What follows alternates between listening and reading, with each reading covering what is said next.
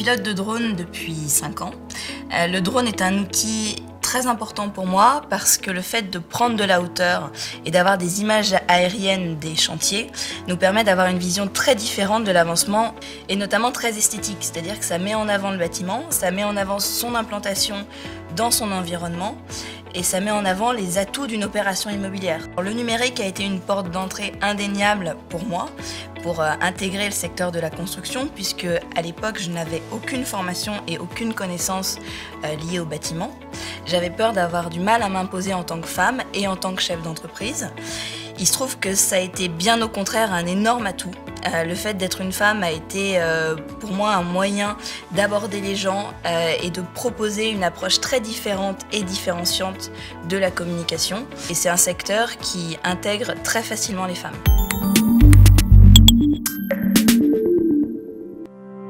J'ai un DUT GE2I, génie électrique, informatique et industriel, et ensuite une licence automatisme. Des techniciens et grâce au numérique, du coup, j'ai pu évoluer en chef de projet sur des offres donc de scanner 3D, relevé de bâtiments, modélisation numérique de bâtiments, de toutes les prestations autour du BIM. Aujourd'hui, plutôt que de construire des bâtiments neufs, on a tendance à rénover donc des bâtiments. Aujourd'hui, via le scanner 3D, on est capable de faire un relevé exhaustif, précis et rapide de la réalité pour ensuite construire un avatar numérique. Cet avatar numérique servira de base au futur travail collaboratif autour de la maquette numérique et du processus BIM. J'identifie 2 compétences pour évoluer dans le monde du numérique, la curiosité et l'autonomie.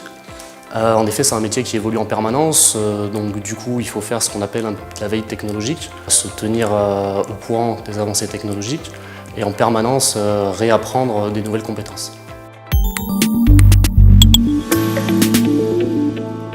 J'ai fait un master en psychologie sociale, ensuite j'ai fait une licence en économie et j'ai fait dernièrement un master spécialisé dans le domaine du BIM. Quand j'ai créé mon cabinet, d'abord j'ai fait 3 années de recherche et développement autour du numérique et j'ai utilisé le BIM, donc la maquette numérique du bâtiment, comme un véritable support de recherche.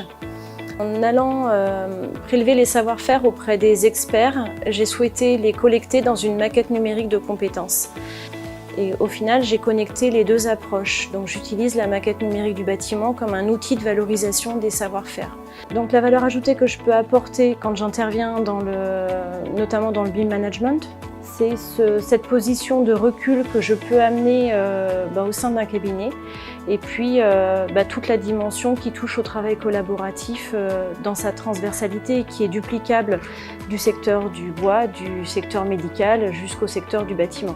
Donc le numérique a été vraiment pour moi une opportunité de capitaliser et de transmettre les savoir-faire des professionnels grâce à la maquette numérique du bâtiment.